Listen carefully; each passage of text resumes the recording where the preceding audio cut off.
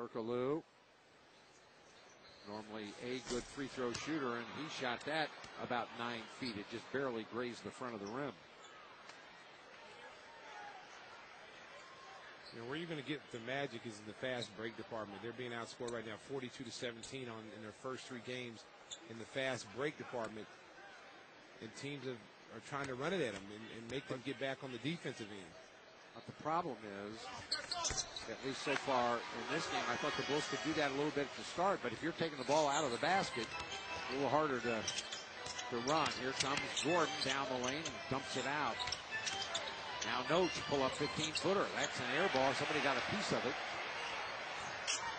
And Johnson will bring it into the front court. And left for Turkaloo. Anthony Johnson, the journeyman, in there. Turkaloo against Nocioni. And here, Benny right in front of us saying, make him go left. And he guns it out. Lee unloads. That's a tough shot.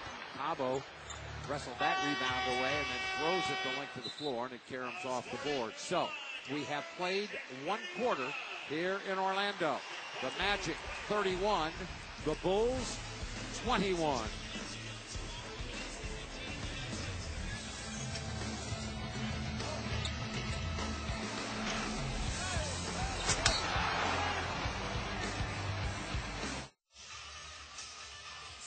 Well, let's take a look at Dwight Howard and his dominance in the first quarter. There he is right here following the shot by Turkaloo. Keeps the ball alive and he just powers his way up to the foul line. And here he is again, just making a living on the glass. Again, everything's around the basket. And Orlando is doing a good job of trying to get him going. And here it is right here. The lob over the top. Watch your head. 5 of 10 shooting. 12 points, 8 rebounds for Superman.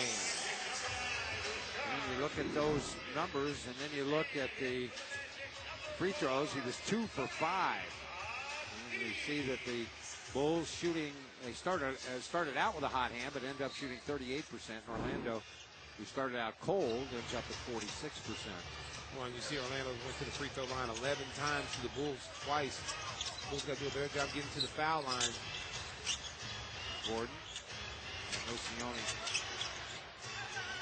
Gordon nowhere to go with it to Nocioni, and then back to Gordon. Gordon, fake, and the drive, and the step back on the way and good. And that was over a 6'10 player, Rashard Lewis, right there.